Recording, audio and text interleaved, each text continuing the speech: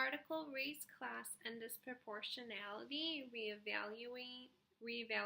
the relationship between poverty and special education placement, really focused on disproportionality when looking at the poverty levels of children. So this article started out as stating that minority students are more likely to be poor, and that being poor heightens their chances of being in special education, and exposing them to the high risk that of early development that leads them into being placed in special education placements. This article also talked about why disproportionality occurs, and they started off by describing the judgmental and non-judgmental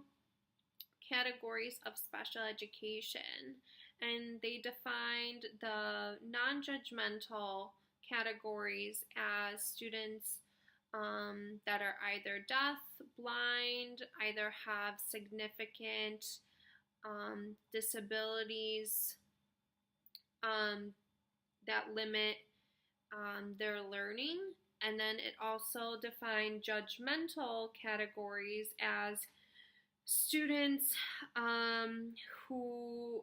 might have learning disabilities or behavior disabilities. And this article really focused on the judgmental category and looking as to why students of either color or from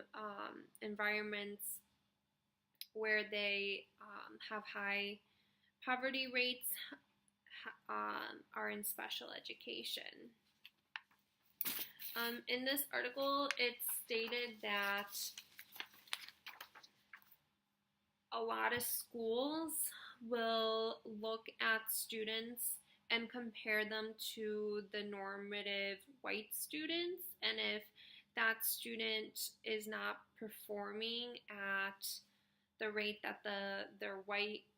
peer is performing at, automatically they might be labeled as having LD and placed in a special education setting,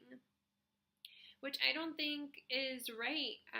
I think every single student learns at a different rate, and just because someone doesn't know their ABCs right away or is not starting to add or use their numbers to manipulate them in learning, that does not necessarily mean that right away they need special education services. It just means that maybe they need a little more support in RTI or MTSS as it's called right now, and they just need more support in that tier 2 before being referred to special education and being placed in a more restrictive setting. I feel like we're doing a lot of our students a disservice by kind of not putting in our time into them and kind of giving up on them right away. And I think it gives them an idea of you don't belong or you're different. And it obviously doesn't make them feel like they are capable, and then we're putting them in settings where we don't think that they can learn, so maybe they're given a different curriculum where they're not meeting Common Core standards, even though they have every single capability of being able to work at that level, but we are not challenging them enough because we have kind of put them in this bubble of thinking that they are incapable of performing, all because they were not compared academically to their white peers. This article also states that a lot of the disproportionality also has to do with the fact that, most of the teachers that are teaching are white, and they'll look at other students that might be black and automatically think that if they're misbehaving, they're being aggressive and they need a higher level of support, and that they are just not meant to be in that classroom. So that whole thing